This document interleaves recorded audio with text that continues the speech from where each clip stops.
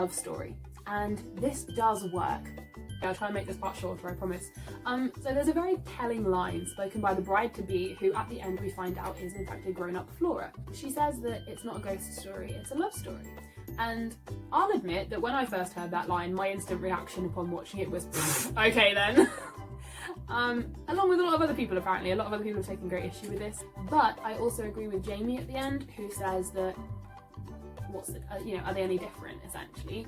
And yeah, I think that it's a love ghost story. The point isn't that it's a sappy romance. The point is that you have different kinds of love, and the way you treat them and the way that you react to them and the way that you behave when you are in them or you have them is very, very important. I would argue that Viola had very good love. She had good intentions. She loves her daughter. She wants to protect her daughter. She had love for her sister. But ultimately that love caused horrible things to happen because of how she handled it. So one of the first ghosts that we encounter is actually Danielle's. Before we even get anywhere near Bly Manor, she's carrying around her own ghost. But ultimately her ghost of her dead fiancé does come from a place of love.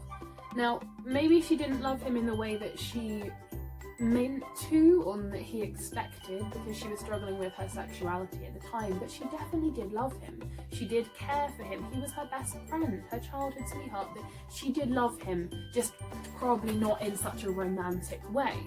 And personally, I don't think she does have any guilt for his death. I can understand why she would think so, because she was breaking up with him at the time, but his decision to, in the middle of a blazing row, get out of a car and walk into the street, like literally open a car door into the street, yeah, that's dumb. I obliterate her of all responsibility for that. That guy was an idiot. He disappears for her when she starts to let go of the guilt and the grief. And maybe that means that he does move on because she releases him. But I do think that he was probably released fully once the gravitational pull at Bly Manor was, let go. Another aspect of love for Danielle is, of course, that she loves the two children. She loves Flora, she loves Miles. She's a very loving person. She wants to protect them. And this is particularly shown as true at the end when she offers up her body as essentially a vessel. She offers to the faceless Viola, she offers her to come and join her and be in her body so that she can save Flora. And that's a great act of love and self-sacrifice, and that's why the ending that happens. More on that in a moment. Another aspect of Danielle is, of course, her love for Jamie, the gardener. Now this is when she's finally realising her true sexuality, and she's getting over the fiancé and eventually manages to let go of the grief over that. And this story is probably one of I think the sweetest is between Hannah and Owen, but it is one of the sweeter ones. The true heartbreak of this is that she loved Jamie so much that she, again, sacrifices herself for love to save Jamie, because over the years, now, just like Viola's stubbornness, Danielle ends up having way more time than she thought. When she lets Viola into her body, she says to Jamie that essentially she's going to be taken over by Viola and she's scared. And Jamie says to her, well, do you want company while you're waiting? And so yeah, they go off, they travel, they explore, they go to America. It's implied they go to America. The kids and their uncle have already been going to America, which explains why Flora has her American accent at the end. They were living in America. And the two, Danielle and Jamie, they have a life together. They can't legally get married yet, but they do get rings. And it's very sweet and it's beautiful. But all this time, Danielle's still a little bit plagued by the terrifying notion that she's going to lose control to Viola one day. She says she can feel this rage in her. And over time, she says that she feels less and less, like she's a bit numb to everything. And Jamie very sweetly says, well, I'll feel twice as much for both of us then. It's very sweet. And slowly Danielle starts to get more and more overtaken by Viola's ghost, and she sees her in reflections, still faceless, so it's this rage-induced monster. It's not Viola herself, it's just this rage-induced creature. And eventually Danielle wakes up one day having had a dream that she is the Lady of the Lake and she was suffocating Jamie. And she realises, she wakes up and her hand is reaching for Jamie's throat, and she realises, I can't do this because I might kill her, she might die. And so the final act of true love and protection from Danielle, which makes it the circle of the love story between starting with Viola and ending with Danielle, is that she then goes back to Bly and she drowned herself in the lake, becoming the new essentially Lady of the Lake, and the anchoring in Viola to her without letting her take control. And that's horrible. So this is why it's a horror story, because that's horrible. It's a horrible thing to happen. But the important thing was that it was to do with love, because when Jamie comes running, realising what she's done, she sees the body at the bottom of the lake and she says those words again. She says, "It's you, it's me, it's us." She gives her permission and she says, "Take me with you." Take me like Viola used to do when she would take people or people be possessed. And Danielle doesn't. And Jamie, as the narrator explains, that Danielle wouldn't do that. She'd never do that. And that's why Bly Manor is safe now. So essentially, Danielle has doomed herself to slowly lose all of her memories. I don't know if she'll become faceless as well. I kind of hope she doesn't, because I feel like she's doing it for good and therefore deserves to keep her face, but we're not sure. Potentially she will. It's very sad. Either way, it's horrible. She'll slowly lose her memory of who she is, but she'll wander, and it says she'll be harmless as a dove. No one was ever taken and no one has been taken since. So Danielle did all of this and was successful. She stopped this curse essentially that was going on. No one else has been taken and killed. So she has saved countless numbers of future people, and Flora ultimately, and Jamie. So continuing the love theme, Hannah doesn't realise that she's dead, but it is ultimately her love for Owen, the chef, that releases her and helps her in a way. She keeps reliving the same loop, and she really enjoys the memory where she first met Owen. And they have a horrible heart-to-heart where Owen, who is essentially her, speaking to herself, says to her that she has to be brave in death and she can't just hide in her memories with him. She'll always have the memories with him. She needs to go and help save the children in the final episode and help the living. And essentially she needs to help Owen, because Owen's in danger the longer this goes on. And so their bit of love story is also heartbreaking. But he does still hold a candle for her. He goes up to have a restaurant. We don't see if he has another partner in the future, but he continues to talk about her with a great deal of love. And personally, that's one of the saddest stories for me. Rebecca's love story is awful, and again another show of the horrific nature of this actual horror series. Rebecca was essentially manipulated and abused in this relationship with Peter, to the extent where she loved him so much despite all of this, because he had her so much under his thumb, that she surrendered the control of her body to him, thinking, because he had tricked her, that they would somehow be equal and she could still be with him, potentially that they could leave together. And he had all these plans and they were going to go to America and do all of this, and ultimately Peter took control of her body and drowned her in the lake. He was sick of being on his own. He wanted to keep her as a ghost with him forever, very selfishly, and couldn't be happy that she would go and potentially go and do things by herself. Nope, he trapped her, tricked her, and so that's the terrible kind of love. It's a kind of love that warps things and makes everything so much worse, and ultimately led to the death of Rebecca. It's the kind of love that Viola ended up having. Although it started as lovely motherly love, it twisted and warped, and that's exactly what happened with Rebecca and Peter as well.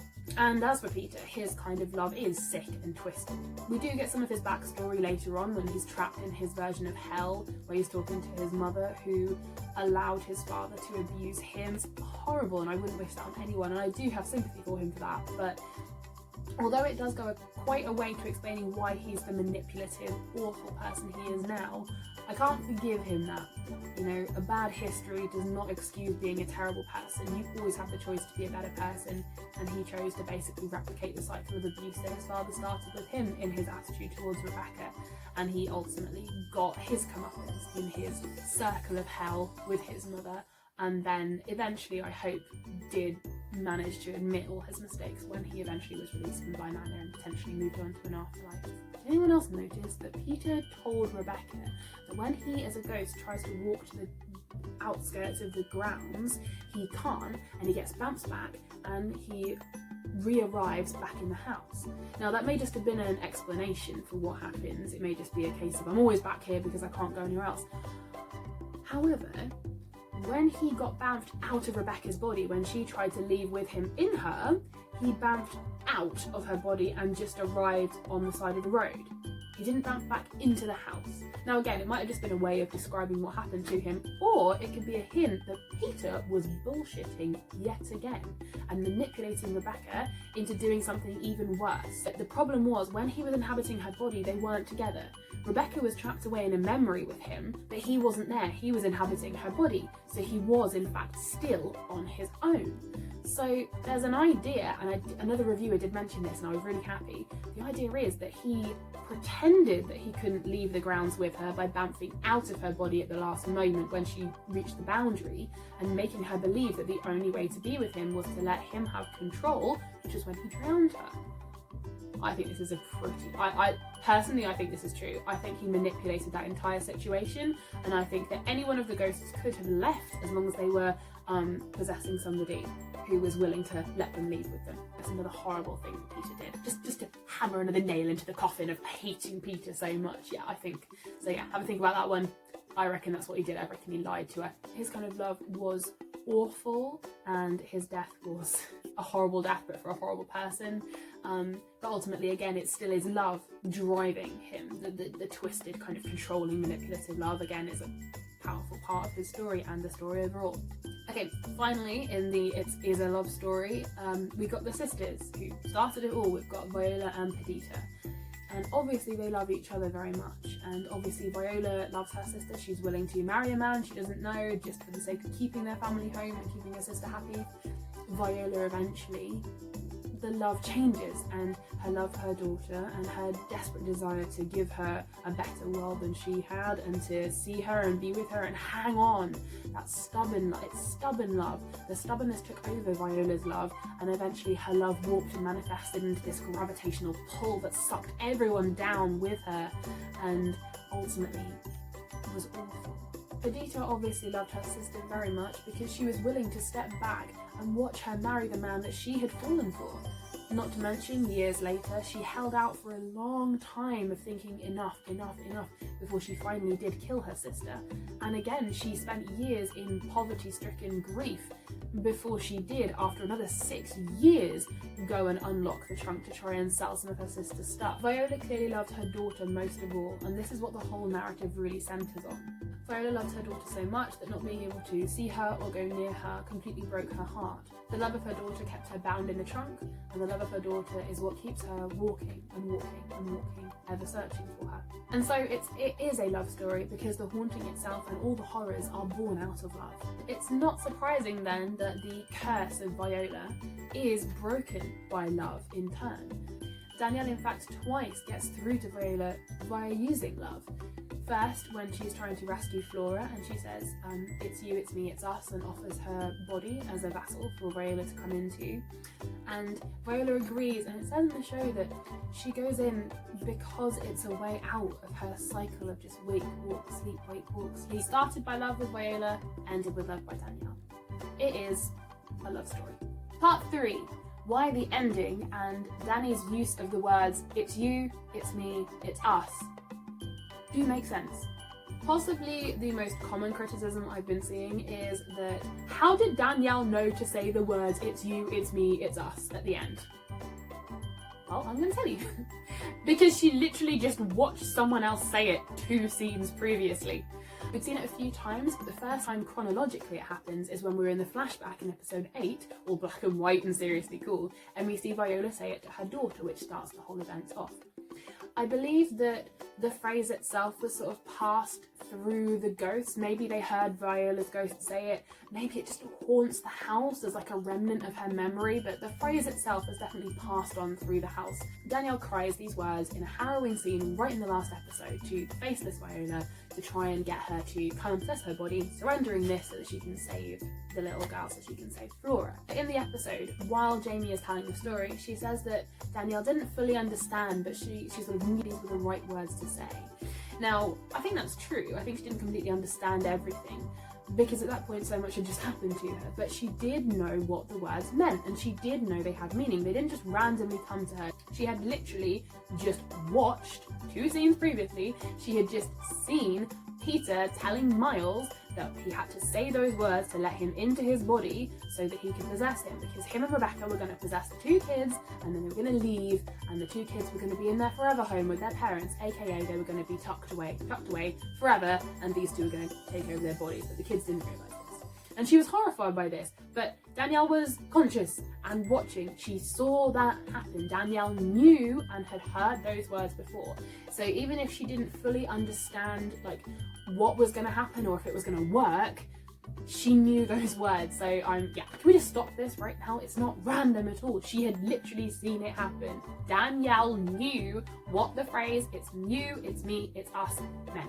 She knew that it was something to do with inviting them in. She just didn't understand what would happen afterwards. She was desperately trying to save these children, so in the moment she made this decision and offered this. That's it. So I would argue that those words really shape the entire story. Like I said, it's a big loop, continuous loop. The wake, walk, sleep, the love, cycling to love. Starts with Viola, ends with Danielle. It's a big loop. That's the whole point.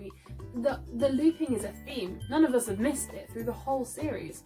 The ghosts are looping through memories. The kids loop through memories when they're being taken over and possessed. And the whole thing starts with love and loops to love. Wake, walk, sleep, love, love, love. It's a whole big loop. And the cycle, I think, also includes and begins with it's you, it's me, it's us. It's you, Viola, with her rage-inducing love, her control and desperate need to hang on to this love that dogged her into the afterlife and made her unable and unwilling to leave this place alone and got people killed and drawed the horror out of this place. And then it's me, Danielle, bringing the best kind of love, the self-sacrificing kind of love, the kind of love that actually means something and changes things for the better. And then finally, it's us, the two together, melded together for eternity, doomed to wake, walk, sleep, but now, because it's both of them, and it's not just the rage, it's been completely combined with the best kind of love, so it can tame the rage. Now, instead of being the rage, it can be the mother's love, and it can be the love of friendship and a loved one and the love of children, and altogether it's us. And Bly Manor is okay, and Danielle will walk as harmless as a dove for the rest of eternity, which is harrowing, and it is a horror story because that's horrible, and it is a ghost story because this story is about why the ghosts came to be. The ghosts are the main feature. There's more ghosts than real living people in this story, but it is a love story because although it's a ghost story and a horror story because of the horror things that happen and because of the ghost playing the main central role, it's a love story because the reason all of it happened was love. So what can we take away from this? Well, basically, one, don't compare this to Hill House, for goodness sake, just enjoy them both, they're both great. I really loved Hill House, it was friggin' terrifying, but I really loved Hill House. I will probably go back and rewatch that again soon. Also, if you want to have extra fun, go back and rewatch this entire series and look out for the hidden ghosts, because I've watched about 6 Easter egg videos and I am really annoyed I didn't spot all of them. There were some of them that I did, or there was some of them, I swear you just have to turn the brightness up really far. Like some of them it's just like, why is it even there? No one could see that, but it's great fun, so yeah, recommend that. Go back and rewatch it a second time. Not only do a lot more things make more sense, also I feel like if you were getting a bit frustrated with it the first time, because you know things the second time round, you can really enjoy it again. Like maybe I'm like really dumb and stupid, but I took everything that they were telling me at face value. When they said to me, it's a gravitational pull, it's love, it's this, it's that, I was like, yeah, okay, I'm in. And I had no problem, like I didn't guess any huge bits of the story first. Like I guessed a few little bits, like who was a ghost and something about the possession. I guessed that Miles was being possessed because of his mannerisms, and particularly when he said, I just want a bloody drink, I was like, I feel like I've seen this like behaviour in adults. I was like, this is definitely, he's being possessed by an adult here, but that was cool. I enjoyed that. I didn't want to work out the entire story ahead of time, and to anyone who's saying it was really obvious, cool, good for you. I'm glad you're so amazingly clever that you worked out the story ahead of time, but I enjoyed not knowing all of it. I think that was more fun, and the bits that I did work out, I enjoyed finding out why they'd happened. It was great fun for me. If you really hated this series, then okay, cool.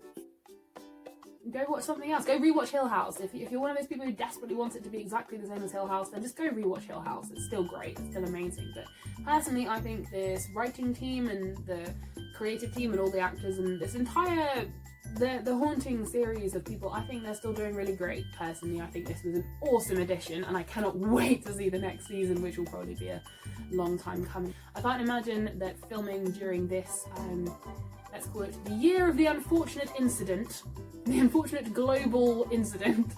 I can't imagine that's easy, so I reckon we'll have to wait a little while, but yeah, I'm excited. I'm excited for another season. I am not disappointed that it was just another haunted house. Like, the clues in the title, people, they're probably going to be haunted houses. I highly recommend. Go watch. It's really cool.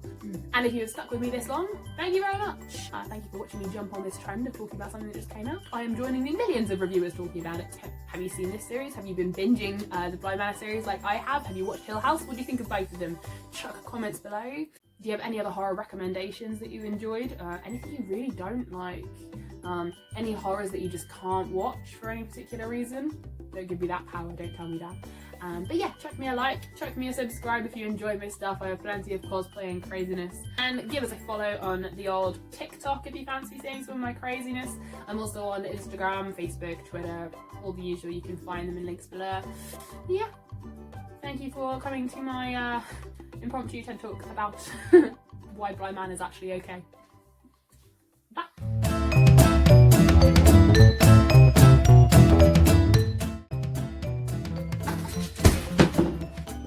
Things are moving in my room now, it's getting really scary.